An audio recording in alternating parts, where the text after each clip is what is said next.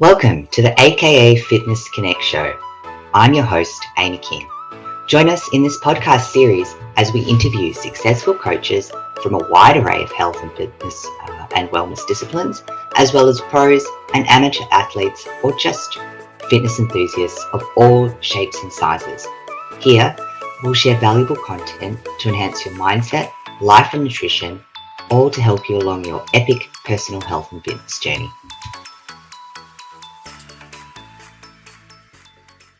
All right, welcome to another episode of AKE Fitness Connect. I am joined by the lovely Shawnmarie Billman, who is all the way from the US, and I'll get her to talk about specifically where, because that's amazing. Shawnmarie has been in the industry for some time, and she's been helping her local community get into health and fitness, which is absolutely fascinating. She's just come off the back of a Zumba Convention as well over the weekend, which I didn't even know existed. So we'll talk a little bit around that because that sounds like a whole lot of fun. And we'll get to know a little bit about Shawnmarie, what she's passionate about, what she enjoys doing in terms of, and also her own health and fitness journey, and then, how she helps the local community. For those who are new to this podcast, essentially the idea is to, expose you to different coaches all over the world that are in the health and fitness or related space, and to give you an idea around all the different types of approaches you can do to improve your health and fitness, and potentially reach out to someone who you feel that you would connect with and would be the best person on your team to support your own journey. Sometimes as well, it's always fun just to learn new things, learn about different people, learn about different cultures and approaches as well to health and fitness. So hopefully you get something out of it. And yeah, if you do enjoy these and have any further suggestions, do let us know in the comments. All right. Without any further ado, and I have this terrible habit, apologies, Shawnmarie, where I tend to talk a lot in the beginning before I hand over the microphone.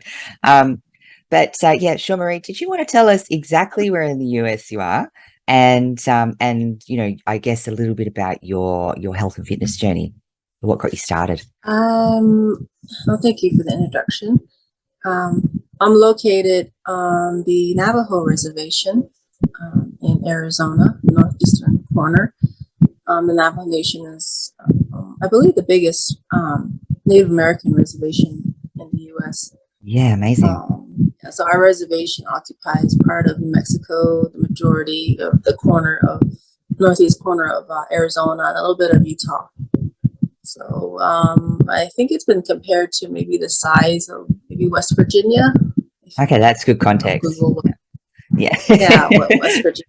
I'm definitely going to Google that. Yeah, because I don't know all the American states or the US states, sorry, off the top of my head.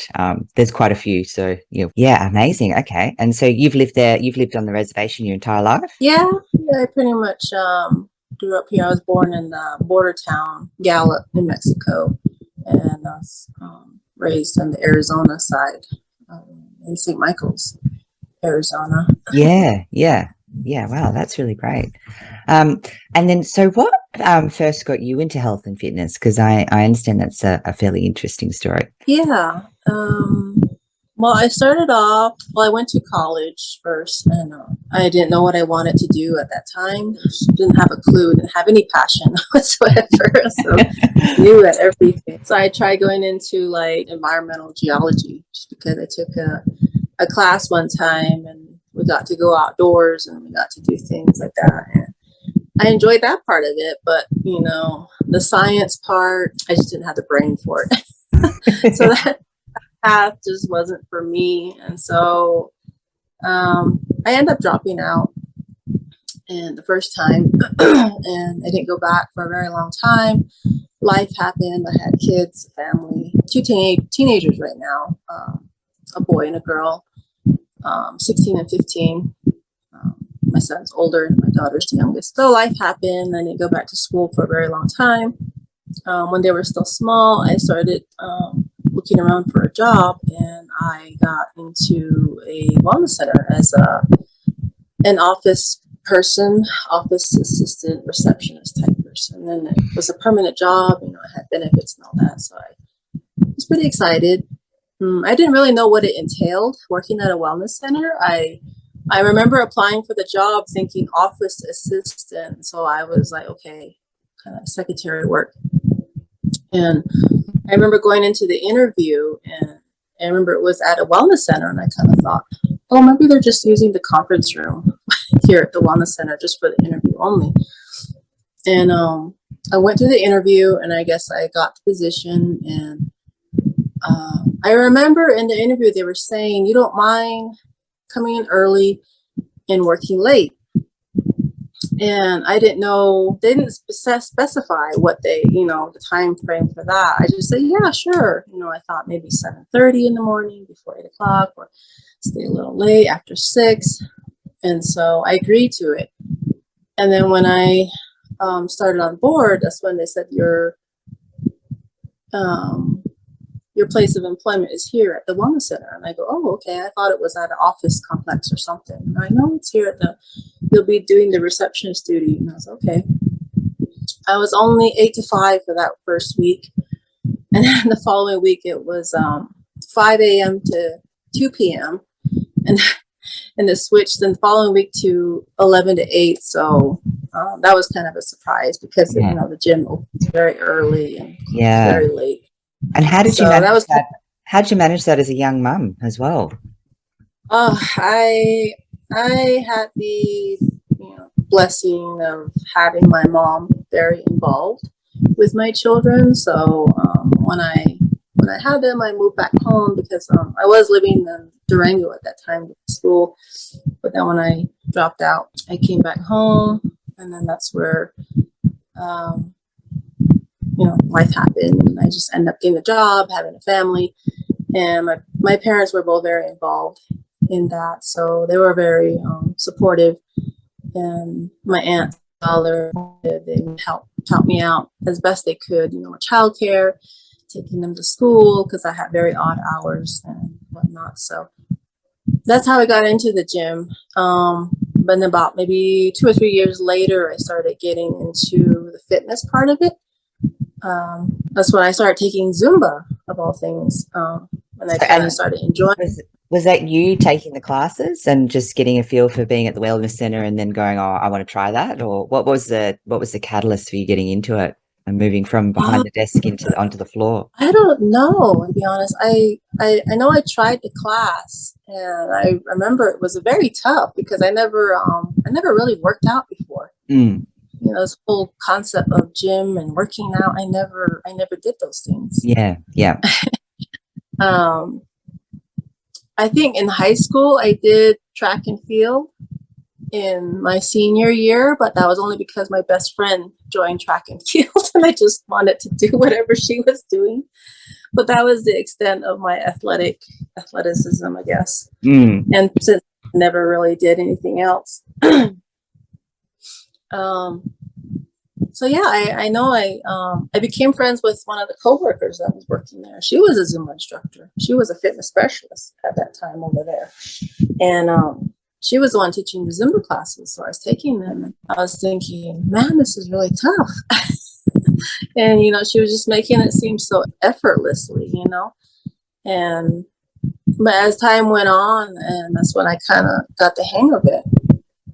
And that's what she started encouraging me to. You should get certified. Because at that time, she was the only Zumba instructor out there. And Zumba was getting really popular. This was 2013, I believe. I think Zumba came out in 2001, I want to say. Yeah, okay.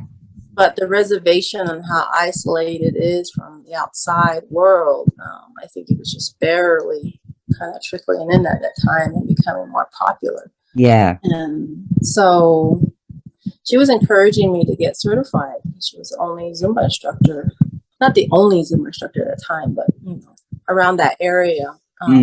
She was the one with most classes and all that. And so me and then some other girls at that time, we got certified, and I was terrified that first time. It's one thing trying to keep up with the instructor, but then to actually be the instructor and be in front of all these people is another thing. So yeah, it took a while. Courage. Yeah. Yeah. It's a big thing to start exercising, let alone then actually taking other people, and not just one or two, but a big group in terms of that exercise. Yeah. Yeah. So little by little, I kind of gained confidence, and I'll never forget the first time I had to teach. We went out to another remote community called Kianta, where this other coworker of ours that was working in that region. And like I said, the reservation is very big in terms of how Indian reservations go out. Yeah. Yeah, so like pretty big. So from here where I'm at to Kianta is about 2 hours away. Yeah, that's a long way. So Yeah. yeah, that's how remote it is. So we had to go out there and assist with her event to go teach, and that was my very first time. And I actually choked. I could not remember my routine. I remember I got up there and it just left my brain, and I just went off the stage. I just said, I can't do it.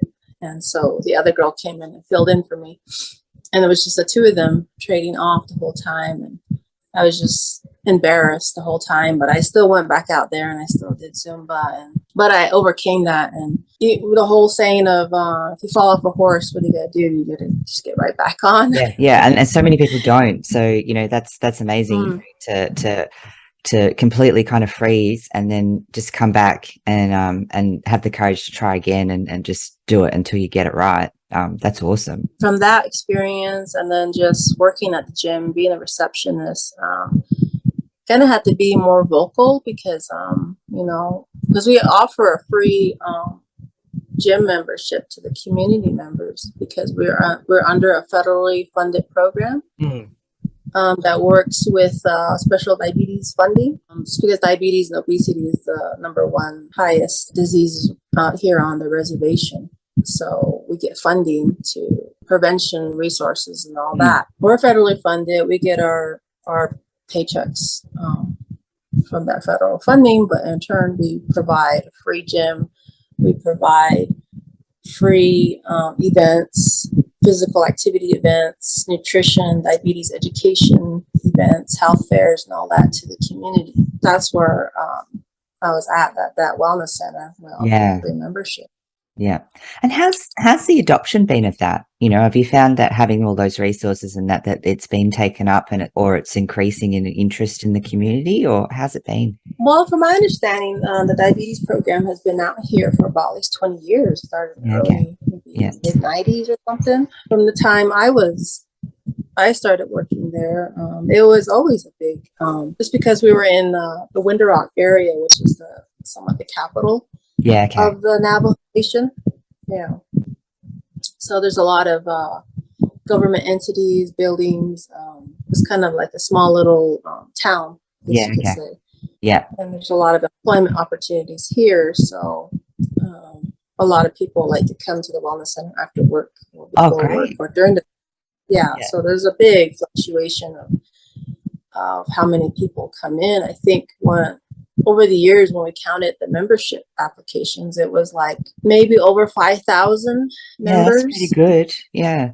Yeah. Yeah. Considering as well that your reservation probably doesn't have the same population, right, as some of the bigger American cities, right? Because you're a bit more remote and all that, right? Yeah. Yeah. That's massive. Yeah. It's kind of hard to say like how many were actually recurring members. A lot of them are either passing through or regular members. We get anywhere from maybe 150 to 300-400 people a day during those times. That was pre-pandemic, of course. Yeah, of course. Yeah. And would you say, and has it been an interesting or, a foreign concept to, a lot of your community members around purposely going in and exercising and jumping around and doing dance moves and stuff like that? Or, is it, has it been sort of, is it gaining, I guess, more awareness and popularity? Back when I started back in 2010. It was always busy.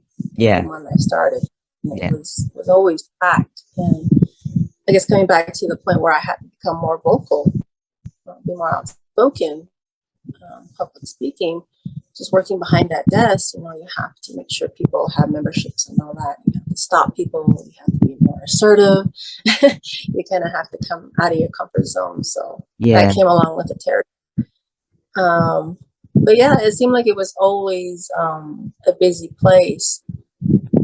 So I don't think the concept was really that foreign. I Yeah, think okay. maybe in the very beginning, from my understanding, the wellness center there, it started in 2006. Yeah, okay. So it's been around for a while. Yeah.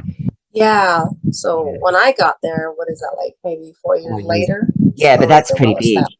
Yeah, if you know, like what I mean, Yeah. from having it, the first one open in 2006, and then having 5,000 members, within the space of 4 years is pretty good. It's pretty massive. Yeah. Yeah, so Yeah. that's awesome. So you obviously enjoy what you do as well because you've been at it for 13 years, just about. So, Yeah. and is it just Zumba that you do, or do you do other sort of forms of fitness as well? Yeah. Yeah, I do other forms of fitness. Well, it started off from Zumba.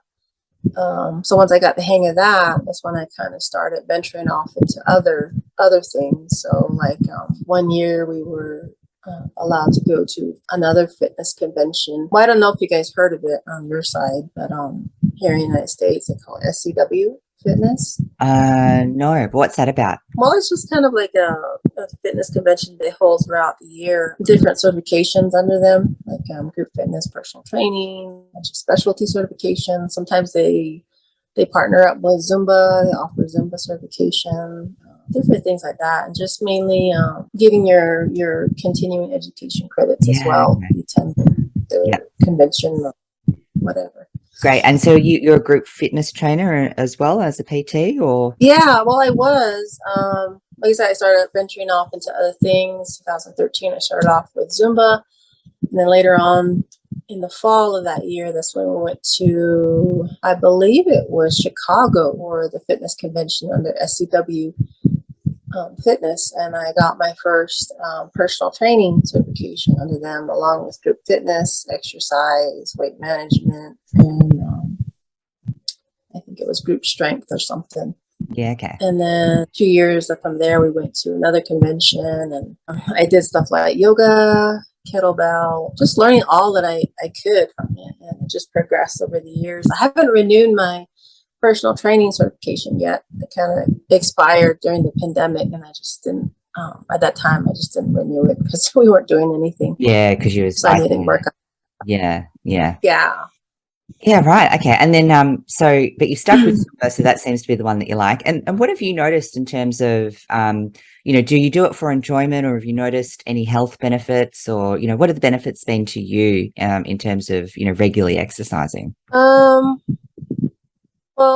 I talked about diabetes and obesity being the number one diseases out here on the reservation epidemic, I think that's what it's called. Yeah. Along with heart disease. So both my parents are diabetic. Okay. And then my dad has well, they both have high blood pressure. My dad takes multiple medications throughout the day. So there's one point where I just, I guess my brain just connected the dots, and I said, I don't want to Do you want to live be like like that? that when Yeah. Yeah. yeah. So this is really just been around self-care and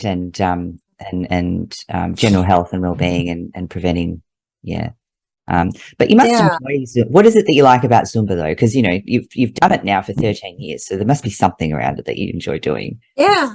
I think Zumba is just so positive overall. I mean, you just constantly meet happy people in Zumba. Kind of have to be happy when you're dancing, don't you? Yeah. Yeah. And it's just so positive and uplifting. And I've made so many friendships over the years, friendships that actually stuck. Yeah. Just because that common connection of dance, Yeah. fitness, and just being positive. So Yeah. I would say that was probably the most thing that stuck out. All the other certifications is just, that's one thing I was willing to keep throughout the years, even though, being a fitness instructor, personal trainer, whatever, the cost does add up throughout the years. Getting certified, getting your CEUs, paying for membership subscriptions and all that. It does add up at the end of the year.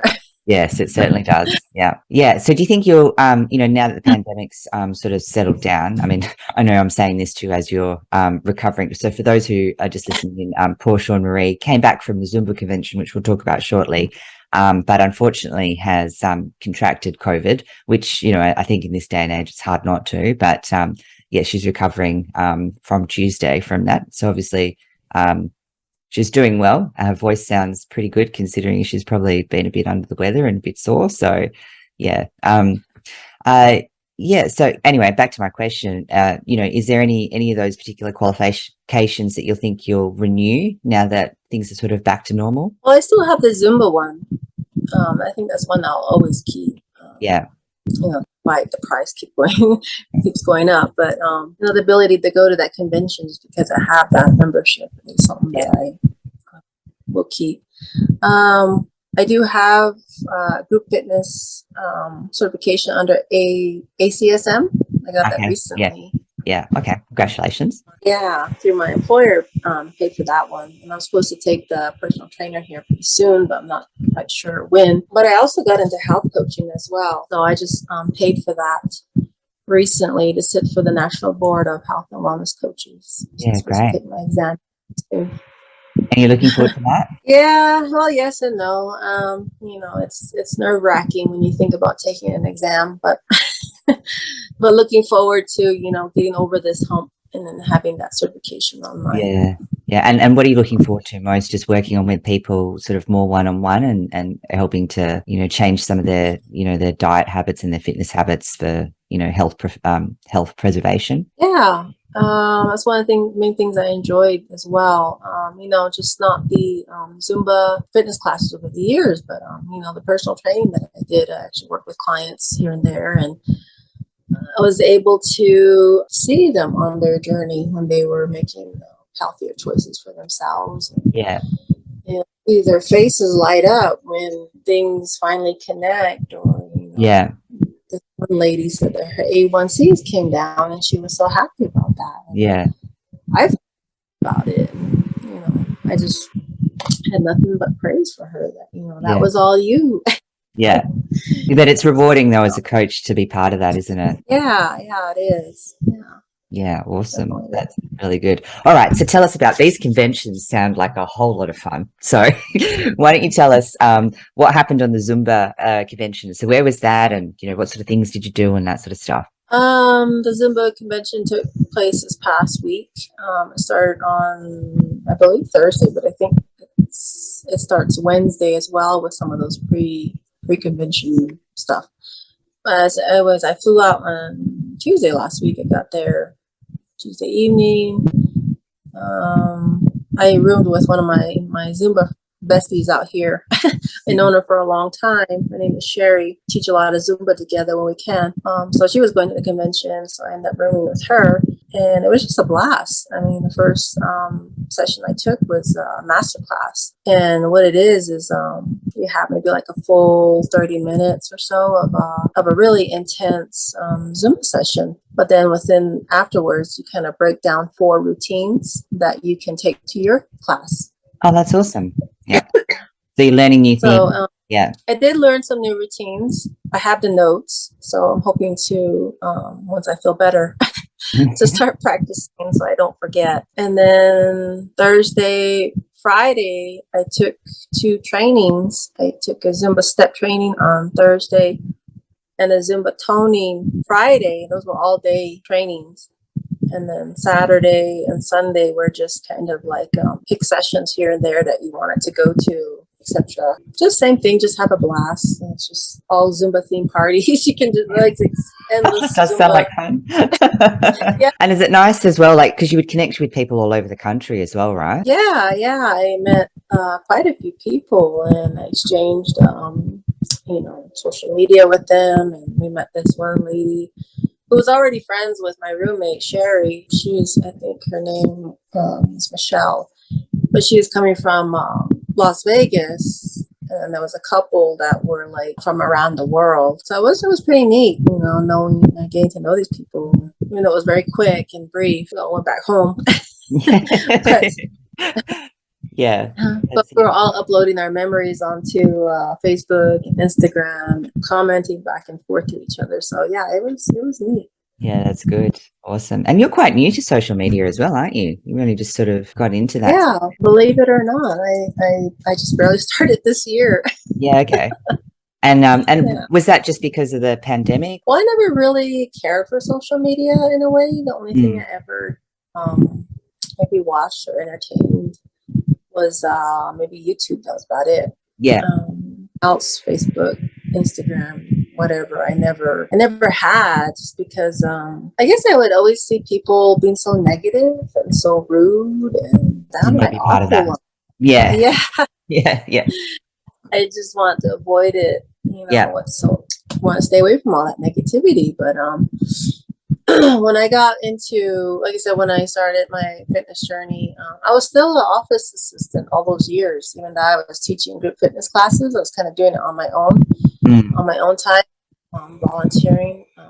But then I kind of wanted to move into more, instead of the administrative part, I wanted to actually do this as my job from here on out. And that's where I had to go back to school, because you had to have a degree. And so, like I said, I dropped out the first time. So I yeah, went back to school online. I found the program. It was through ASU.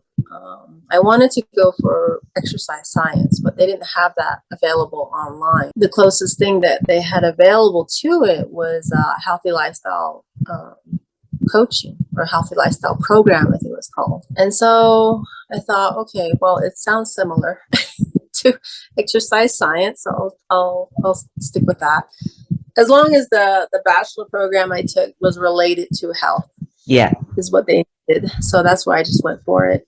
yeah, And I didn't know what I was getting myself into. It was until I actually had to enter the coaching program. That's when I was like, whoa, what is this? yeah. So from there, I just went with the flow.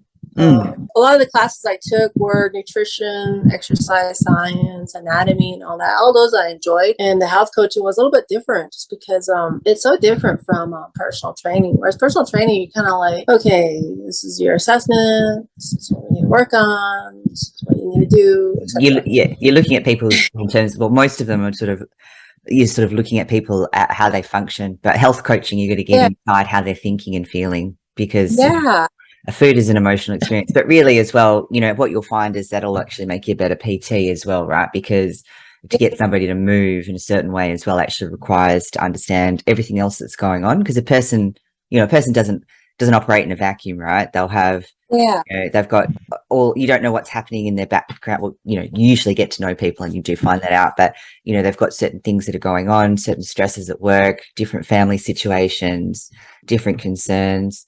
It's not just about how they're moving physically, it's also about how they're feeling, how connected they feel, how supported they feel, how confident they feel, all of those sorts of things. And that it's amazing how much all of that, and even the environment they're in as well, right? Like you've made a choice to be in positive environment, and to be surrounded by positive people, but some people don't realize that they're not necessarily in that sort of situation as well. And so when they reach out, it's quite a big step out of their comfort zone and things like that. So so I think, it's different, but once you start to know that, and get to learn people, and then you find those areas of commonality, and then it becomes a much more enriched experience in my opinion. But yeah, it'll be interesting to yeah. see how you go on your journey.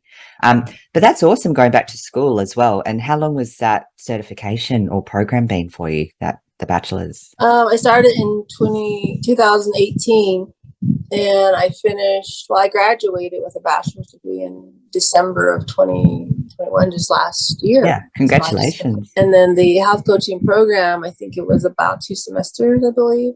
I got done in December of 2020 with that one. Yeah, well And, done. That's hard to do. yeah. It's hard to do, to go back. How did you find going back to uni? A lot of people find going to college and that easy when they're younger, but you've had kids, you've had employment. How did you find going back and doing study? Oh my gosh, I don't know why. I actually found it a little bit easier for some reason. And I don't mean like the scheduling or whatever. That was hard. Time conflict and all that, like going to work full time, coming home to my kids, doing homework all the way up to midnight, 2 o'clock, 1 o'clock in the morning, whatever. That was tough. Mm, But the academic part of it, the writing part of it was actually a lot easier. I don't know if it's just because of being 10 years in the administrative field, writing memos on behalf of people or whatever. It just gave me a better overall understanding or a stronger writing ability, I guess. Well, I So think, I felt, yeah. Sorry, go ahead. oh no. So I felt like the writing part was kind of a breeze, and I actually kind of enjoyed the discussions that I had with other classmates, or kind of like putting my point of view and all that. Sometimes we're only required to write maybe a couple of sentences, but I end up going into like a whole paragraph explaining how I felt about whatever the topic was. And so I felt like it was a lot easier. This time around, I was actually making the dean's list several times. I think I made the dean's list maybe like 3 semesters out of that whole time I was in school. Awesome. So you not only went back, but you smashed it. That's great. So I think, that's the thing though, like, you must have really wanted to do it, right? Because it takes a certain level of discipline and grit and wanting to do it. You must have believed in what you were learning about or enjoyed it to a degree, because you had a full-time job and a family. That's 2 full-time jobs. You got kids and you're working full-time. That's 2 full jobs, right? Like, because kids, they need 24/7 support, right? They don't switch off. You can at least work. You can kind of most of the time leave it at the door. So then to and then obviously your own fitness and stuff like that as well. And you've gone and, okay, no, I'm going to sit here and study for 6 hours at night or however many hours it is. That takes a lot of grit. Yeah. and so I think you should be really proud. But also I think as well, like, from what I've heard from your story is that working in that wellness center and starting to get into fitness, like, it's changed who you are as a person in the sense that, it got you out of your comfort zone. You had to develop certain skills that you didn't know you had the capability to do. You got more confident in being assertive. You developed skills that, you had more confidence to do. And then, so by the time you got to studying, you had a lot more skills and life experience behind you that just probably made that a lot easier. Plus you were interested in it. So, but still, that is an awesome achievement. So you should be really proud. All right. Well, that's been absolutely very insightful and very inspirational. And I wish you the best of luck. Now, if people wanted to get into contact and with you and learn more about, the sort of the health coaching services that you offer and that, what's the best way for them to do that? Would be through your social medias? Yeah. You can get a hold of me through Facebook or the Messenger. I do have a business card, but I'm still on the whole paper system. Yeah, that's fine. It takes a while. I don't have anything like a digital, I know some people have like a website they bring up when they scan a QR code or whatever. I don't have that yet. Yeah, okay. That's right. That'll come. And that's not the important part. The important part is connecting with people and helping them in this. Yeah. And, we've done it before without technology. It's not that hard to do it with it as well. So, Yeah. Yeah. So as far as coaching, I am open to health coaching, even, I hate to say free of charge, but, what is that word that you want to, pro bono. Pro bono. Yeah.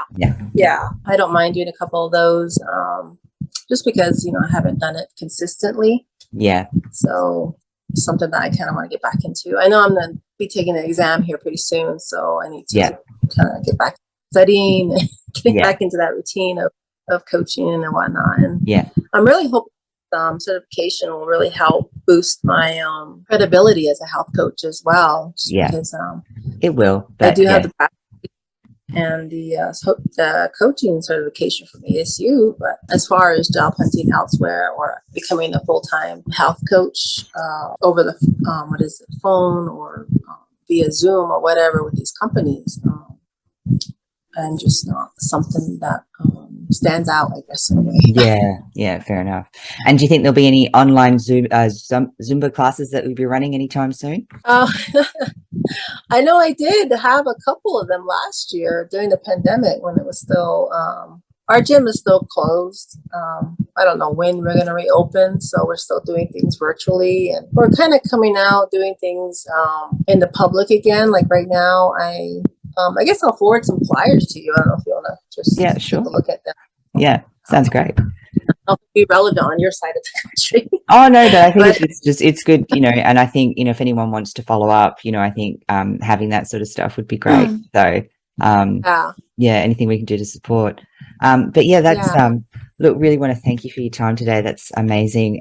Really fascinating insight as well around, I guess the focus in, First Nations kind of reservations and stuff like that, the Yeah. lifestyle that you guys are. I didn't realize how remote you were. And yet you're still doing things to, manage the health and fitness of the community, which I think is really important work. So yeah, keep doing what you're doing. That's awesome. And looking forward to seeing how you expand in that health coaching system. And yeah, I really hope the audience got something out of it today as well. Oh yeah, thank you. Yeah, you can reach out to me anytime. Yeah, I will do.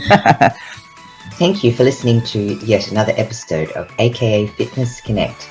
Really keen to see what your 3 key takeaways were from the podcast. So feel free to comment below, comment on the socials, connect with me on socials, or visit us at our Linktree site, AKE Fitness. Thank you.